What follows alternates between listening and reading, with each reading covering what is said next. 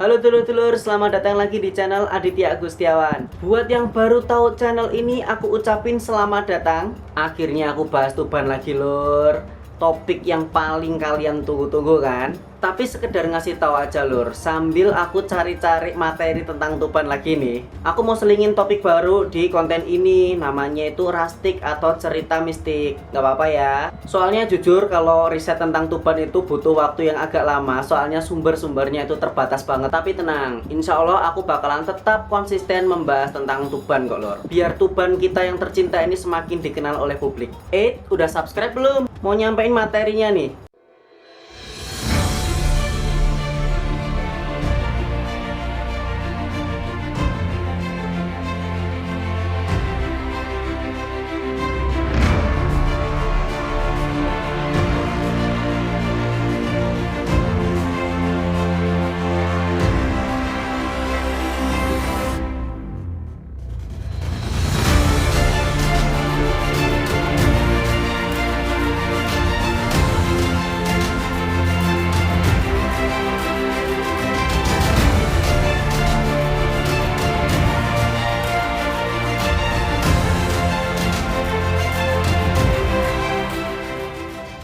Dulur, di pembahasan Tuban kali ini, aku bakalan bahas tentang sejarah Masjid Agung Tuban. Ada yang udah tahu belum sebelumnya tentang sejarah pembangunan Masjid Agung Tuban? Atau kalian justru belum pernah tahu sejarahnya sama sekali? Tuban adalah salah satu kota yang menjadi titik pusat penyebaran agama Islam. Bahkan nih lur, Tuban ini menjadi sentra terbesar penyebaran agama Islam. Soalnya Tuban itu bawa pengaruh paling besar terhadap penyebaran Islam di Nusantara. Selain itu, Tuban ini adalah kota di Indonesia yang paling banyak walinya. Ratusan lur, bahkan 250 wali lur. Nah, berbicara masalah Islam, tentunya nggak bakalan lepas dari tempat ibadahnya dong ya, yaitu masjid. Masjid apa yang paling terkenal di Tuban? Pasti kalian di sini tuh semuanya serentak jawab, ya Masjid Agung Tuban lah. Yoi, di poin ini kalian bener banget lur. Masjid yang berada di sebelah barat alun-alun kota Tuban ini tuh masjid yang paling terkenal di Tuban. Tepatnya di Jalan Sunan Bonang, Kelurahan Kutorjo, Kecamatan Tuban, Kabupaten Tuban, Jawa Timur.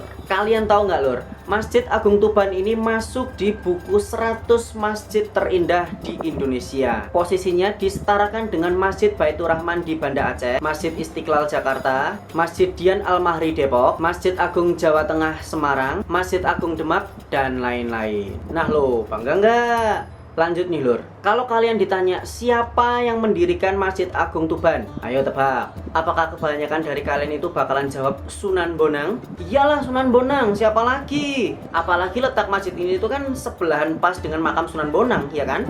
Tapi apa betul? Kita bahas di sini ya.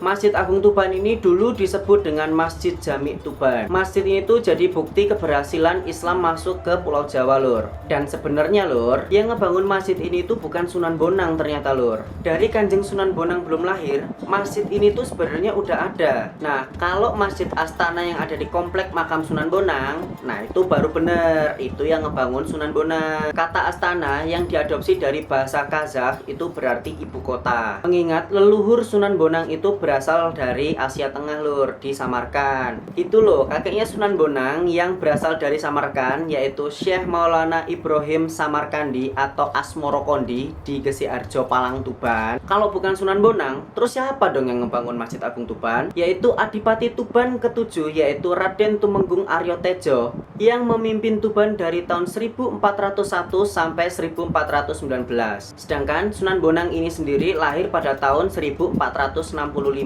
Terus siapa sih Adipati Aryo Tejo ini kok udah mendirikan masjid aja? Jadi gini loh, menurut sejarahnya nih, dari Adipati Tuban kedua yaitu Haryo Ronggolawe hingga Adipati Tuban ke-6 yaitu Raden Aryo Dikoro, itu selalu menurunkan jabatan adipatinya itu ke anak laki-laki. Dan katanya nih, Adipati Tuban ke-1 hingga ke-6 ini masih beragama Hindu lur. Walaupun ada pendapat lain nih lur yang bilang bahwa ayahnya Ronggolawe itu sebenarnya udah beragama Islam.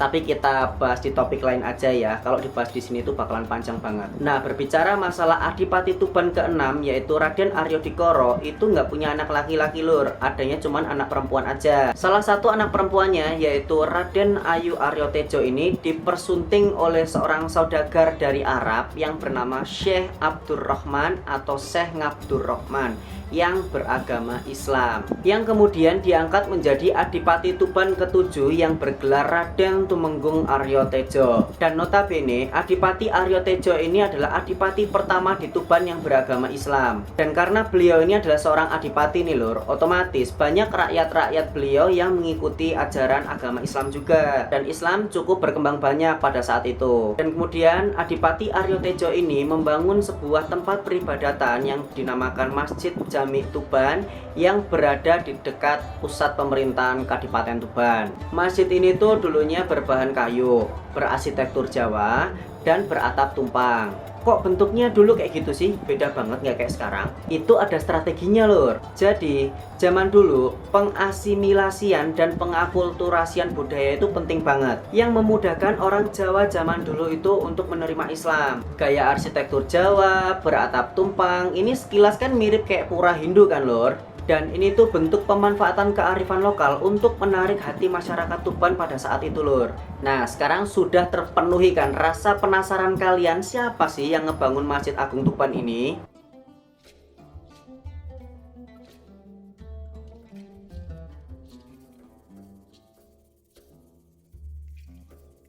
Seiring berjalannya waktu, Masjid Agung Tuban yang sebelumnya berbahan kayu itu lama-kelamaan rapuh lur. Dan tindakan renovasi itu amat sangat dibutuhkan demi menjaga kelestarian Masjid Tuban itu. Pada tahun 1894, di masa kepemimpinan Bupati Tuban ke-35 yaitu Raden Tumenggung Kusumodikdo, inilah yang menggagas renovasi pertama Masjid Agung Tuban. Gaya arsitektur yang dipakai ini beda banget dengan yang sebelumnya lur. Kalau masjid yang rancangan Raden Aryo Tejo itu kan bergaya arsitektur Jawa. Nah, renovasi di masa Bupati Kusumodikdo ini lebih berarsitektur Timur Tengah dan berbahan dasar batu sehingga lebih kuat. Bupati Kusumodikdo menggandeng seorang arsitek dari Belanda yaitu BOHM Toxopeus. Hal ini tertulis di pahatan batu pertama di Masjid Agung Tuban yang berbunyi, batu yang pertama dari ini masjid dipasang pada hari akad tanggal 29 Juli 1894 oleh Raden Tumenggung Kusumodikdo Bupati Tuban.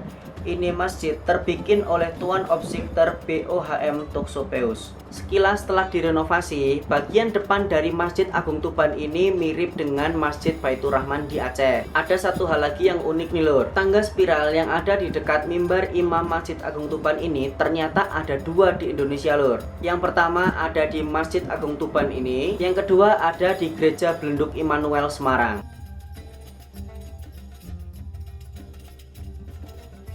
Seiring berkembangnya zaman, Masjid Agung Tuban ini nggak mampu menampung jumlah jamaah yang sangat banyak lur. Sehingga kemudian Masjid Agung Tuban ini itu diperluas dan mengalami renovasi besar-besaran pada tahun 2004 oleh pemerintah Kabupaten Tuban di bawah kepemimpinan Bupati Tuban ke-51 yaitu Dr. Anda Haja Heni Relawati Rini Widyastuti MSI. Dan kalau bupati ini kalian pasti tahu banget lah ya lur. Di renovasi kedua Masjid Agung Tuban ini sangat eye catching banget lur, menarik perhatian banget gitu. Secara Masjid Agung Tuban ini jadi sangat colorful. Dari renovasi yang sebelumnya, Masjid Agung Tuban ini diperluas dengan menambahkan serambi pada sisi kanan dan kirinya, namun tetap mempertahankan di bagian tengah dan bagian mimbar imam yang masih otentik. Dan bedanya lagi nih, di renovasi kali ini Masjid Agung Tuban itu dikasih 6 menara tinggi lur. Sekilas Masjid Agung Tuban ini menjadi mirip dengan masjid-masjid yang ada di Irak yang memiliki menara berjumlah genap dan simetris. Sedangkan untuk interiornya ini mengusung gaya arsitektur Cordoba Andalusia yang khas dengan lekukan-lekukannya. Masjid Agung Tuban setelah direnovasi ini masuk ke dalam buku 100 masjid terindah di Indonesia kayak apa yang aku jelasin di awal tadi lur. Bagi pengunjung yang udah pernah memasuki Masjid Agung Tuban ini tuh katanya serasa kayak di negeri dongeng gitu lur. Masjid 1001 malam katanya. Ada juga tuh yang bilang kayak istana Barbie. Terus ada juga yang bilang kalau masjid ini tuh kayak masjid dunia fantasi. Tapi ya memang eye catching banget sih, makanya ada banyak persepsi dari pengunjung-pengunjung. Dan Masjid Agung Tuban ini warnanya pernah diupdate sebanyak 3 kali lur, yaitu pada tahun 2004 sampai 2012. Masjid ini tuh punya 16 warna dan colorful, tapi justru nggak norak, justru memberikan kesan elegan pada masjid ini. Kemudian di tahun 2012 sampai 2014,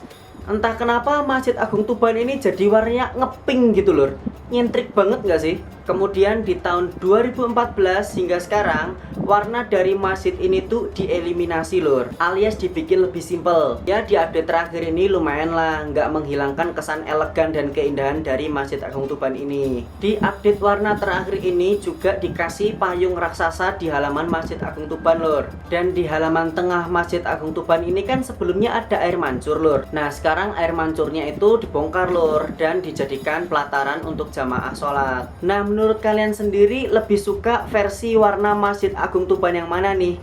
Yang versi 1, yang versi 2, atau yang versi ketiga? Komen di bawah ya. Oke lur, sekian pembahasan tentang sejarah Masjid Agung Tuban. Semoga bisa menambah wawasan kalian ya. Seperti biasa, buat kalian yang suka dengan video ini, jangan lupa like dan subscribe. Nyalain juga lonceng notifikasinya biar kalian tahu aku upload video baru lur. Kalau menurut kalian video ini tuh bermanfaat, jangan lupa share atau bagikan ke teman-teman kalian di grup Facebook, di grup WhatsApp, biar sama-sama tahu tentang sejarah Masjid Agung Tuban. Sampai bertemu di video berikutnya. Bye bye lur.